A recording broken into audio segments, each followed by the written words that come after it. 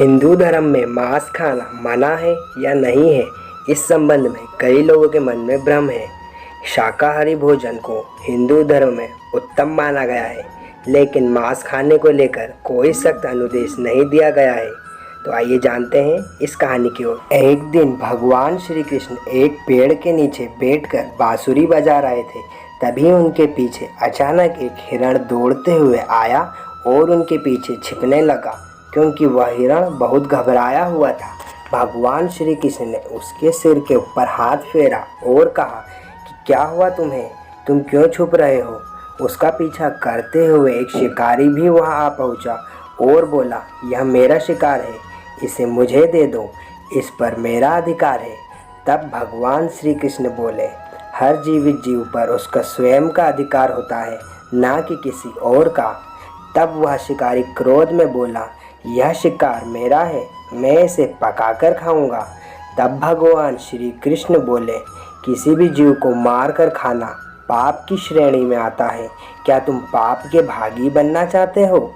तब वह शिकारी बोला, मैं तुम्हारे जितना शिक्षित तो नहीं हूँ कि यह जान सकूँ कि मांसाहार पाप है या पुण्य। मैं यह जानता हूँ कि जीव को मार कर खाना, इसमें कोई हर्ज नहीं। मांसाहार से तो एक जीव को बंधन से मुक्ति मिलती है, फिर क्यों मांसाहार से मना किया जाता है। ऐसे तमाम तर्क देते हुए शिकारी ने श्री कृष्ण से कहा कि फिर क्यों मांसाहार गलत है। अब आप ही समझाइए कि मांसाहार पुण्य है या पाप। फिर भगवान श्री कृष्ण बोले, मैं कोई राय नहीं दूंगा, मेरी एक छोटी सी कथा सुनने के बाद तुम ही उत्तर देना कि तुम्हें मांस खाना चाहिए या नहीं खाना चाहिए। वह शिकारी सोचने लगा कि इसमें मेरा तो कोई घाटा नहीं है, इस कथा को मैं सुन ही लेता हूँ और मेरा मनोरंजन भी हो जाएगा और उसके बाद में मांस भी खा सकता हूँ। तब भगवान श्री कृष्ण अपनी कथा आरंभ करते हैं। एक बार एक राज्य में अनाज का संकट खड़ा हो जाता है। तब राजा को बहुत चिंता होती है कि यदि समस्या का शीघ्र निदान नहीं किया गया तो संरक्षित अनाज कोष भी खत्म हो जाएगा और संकट बढ़ जाएगा। तो राजा अपनी राज्यसभा में सभी से पूछते हैं कि राज्य की खाद्य समस्या को सुलझाने के लिए सबसे सस्ती वस्तु क्या है। मंत्रीगण सोच में पड़ गए। गेहूं, चावल, आलू, दाल, सब्जी इत्यादि सभी को उगाने में बहुत मेहनत करना पड़ती है, ऐसे में तो कुछ सस्ता हो ही नहीं सकता। तभी एक शिकार का शौक रखने वाले मंत्री ने सोचा कि यही उत्तम अवसर है, क्यों ना अंधाधुंध शिकार के लिए राजा की अनुमति ले ली जाए। इसके लिए धन का खर्च भी नहीं होगा और पौष्टिक खाना भी मिलता रहेगा। तब सभी सामंतों ने इस बात का समर्थन कर दिया, लेकिन राज्य के प्रधानमंत्री अभी भी चुप थे। राजा ने पूछा, प्रधानमंत्री आप चुप क्यों हो, आपका क्या मत है। प्रधानमंत्री ने कहा, मैं यह नहीं मानता कि यह कथन सही है कि मांस सबसे सस्ता पदार्थ है, फिर भी इस विषय पर मैं आपको कल अपने विचार बताऊंगा। प्रधानमंत्री उसी रात मांसाहार का प्रस्ताव रखने वाले सामंत के घर पहुंचे। सामंत ने इतनी देर रात प्रधानमंत्री को अपने घर आया देख वह बहुत घबरा गया। किसी अनिष्ट की आशंका से वह काँप गया। प्रधानमंत्री ने कहा, संध्या को महाराज बीमार हो गए, उनकी हालत बहुत खराब है।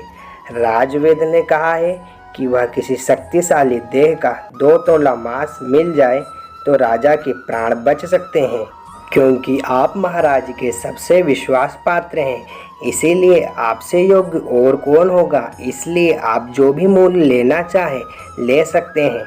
आप कहे तो मैं इस काम के लिए आपको 1 लाख स्वर्ण मुद्राएं भी दे सकता हूँ। एक बड़ी जागीर भी आप मांग सकते हैं, बस आप अपनी इच्छा में कहे। मैं कटार से आपके हृदय को चीरकर बस 2 तोला मांस निकाल लूँगा।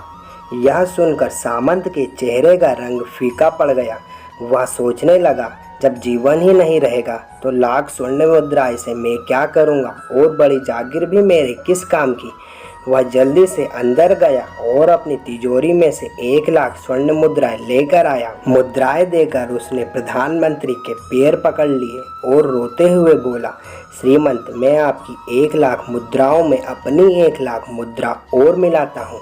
इस पैसे से आप किसी और सामंत के हृदय का मांस खरीद लें, किंतु मुझे जाने दें यह बात किसी और को पता न चले, मैं आपसे विनम्र निवेदन करता हूँ। प्रधानमंत्री जी सब कुछ समझ चुके थे, वह उसे थोड़ी और यातनाएं देना चाहते थे। प्रधानमंत्री जी ने आगे कहा, सामंत, आप शरीर से बलिष्ठ हैं, आपकी कदकाठी बिल्कुल महाराज से मिलती जुलती है, इसलिए राजवेद ने विशेषकर आपका ही नाम सुझाया है। आपके दान से हमारे अच्छे राजा की जिंदगी बच सकती है। आप कहे तो मैं आपको प्रधानमंत्री का पद देने के लिए भी तैयार हूँ और खुद आपका कर्मचारी एवं आपका सेवक बनकर रहूँगा, पर प्रजा से और हमारे राजा को ना छीने। सामंत को लगा कि वह बुरी तरह फंस गया है। उसने शरीर पर अंगवस्त्र रखकर और अपने जूते पहन लिए। जैसे ही वह वहां से भागने वाला था, वह तुरंत प्रधानमंत्री जी के पैरों में लेट गया। उसने याचनाएं की, प्रधानमंत्री जी, मैं इस योग्य नहीं हूँ। जब प्राण ही नहीं रहेंगे तो प्रधानमंत्री का पद या राजा का सिंहासन भी मिल जाए तो मैं उसका क्या करूँगा। आप चाहे तो मेरा सब कुछ ले ले, पर मेरे प्राणों को छोड़ दे। मैं अपना घर, पैसे, सभी कुछ आपको सौंपता हूँ और रातों रात राज्य से भी निकल जाता हूँ। इतना कहकर वह अपने घोड़े की लगाम खींचते हुए चला गया। तभी पीछे से आवाज़ आई, तुम अपने परिवार को भी छोड़े जा रहे हो। सामंत बोला, मेरे प्राण से प्रिय कुछ भी नहीं है। जब जीवन ही नहीं रहेगा तो कुटुंब का क्या करूँगा। जीवन रहा तो ऐसे ही सुखी रह लूँगा। इतना कहकर घोड़े पर छलांग लगाकर बैठ भी गया। वह अभी चलने को ही था कि प्रधानमंत्री ने घोड़े की साख पकड़ ली। वह सामंत से बोला, भागने की जरूरत नहीं है, आप आराम से घर पर ही रहो, मैं किसी और से प्रयास करता हूँ। यह कहकर प्रधानमंत्री वहाँ से चले गए। प्रधानमंत्री के वहाँ से जाने पर सामंत के अंदर कुछ जान तो आई, परंतु बेचैनी बनी रही। उसकी नींद खराब हो चुकी थी। मुद्राएं लेकर प्रधानमंत्री बारी बारी से सभी सामंतों के घर पहुँचे और सभी सामंतों से राजा के लिए हृदय का 2 तोला मांस मांगा, परंतु किसी ने देने के लिए हाँ नहीं भरी।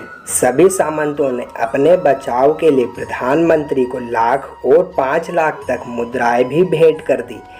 इस प्रकार प्रधानमंत्री ने एक ही रात में करोड़ों स्वर्ण मुद्राएं जमा कर ली। फिर सुबह होने से पहले ही अपने महल पहुंच गए। अगले ही दिन राज्यसभा में सभी सामंत समय से पहले पहुंच गए। सभी यह जानना चाहते थे कि राजा स्वस्थ है कि नहीं, लेकिन कोई किसी से कुछ नहीं बोलना चाहता था। सबको राजवेद की तलाश थी, उनसे ही उन्हें कुछ सूचना मिल सकती थी। प्रधानमंत्री ने सैनिकों को आज्ञा दे रखी थी, जब तक महाराज राज्यसभा में न आए किसी भी सामंत को महल से बाहर जाने की अनुमति ना हो। राजा राज्यसभा में अपनी चिर परिचित गति से आए और अपने सिंहासन पर आकर बैठ गए। सभी सामंतों ने देखा महाराज कहीं से भी अस्वस्थ नहीं लग रहे थे, जैसे कि उन्हें तो कुछ हुआ ही ना हो। प्रधानमंत्री जी ने उनसे जैसे कि झूठ बोला हो। हर सामंत के मन में यही विचार चल रहा था, पर कोई भी किसी और से कुछ पूछना चाहता ही नहीं था। तभी प्रधानमंत्री ने राजा के सामने 1 करोड़ स्वर्ण मुद्राएं रख दी। तभी राजा ने पूछा, यह स्वर्ण मुद्राएं किसके लिए है और कहाँ से आई है। प्रधानमंत्री ने कहा, 2 तोले मांस के लिए इतनी धनराशि जुटाई है, पर मांस ना मिला। अपनी जान बचाने के लिए सभी सामंतों ने यह मुद्राएं मुझे भेंट की। अब आप यह विचार कीजिए कि मांस कितना सस्ता है। राजा को बात समझ में आ गई। उन्होंने प्रजा के अतिरिक्त परिश्रम करने का निवेदन किया और राजा के अनाज भंडार से अनाज निकालकर श्रमिकों को बांट दिया गया। उन्हें पौष्टिक सब्जियां की खेती करने का तुरंत आदेश दिया गया। वह 1 करोड़ स्वर्ण मुद्राएं इसी कार्य के लिए मजदूरों के कल्याण के लिए खर्च की गई। ऐसे साग सब्जी तेजी से उगे जिससे प्रजा का कल्याण हुआ और पौष्टिकता भी मिली। कुछ समय बाद मौसम अनुकूल हुआ और खेती लहलहाने लगी। इस प्रकार राज्य से खाद्य संकट दूर हो गया।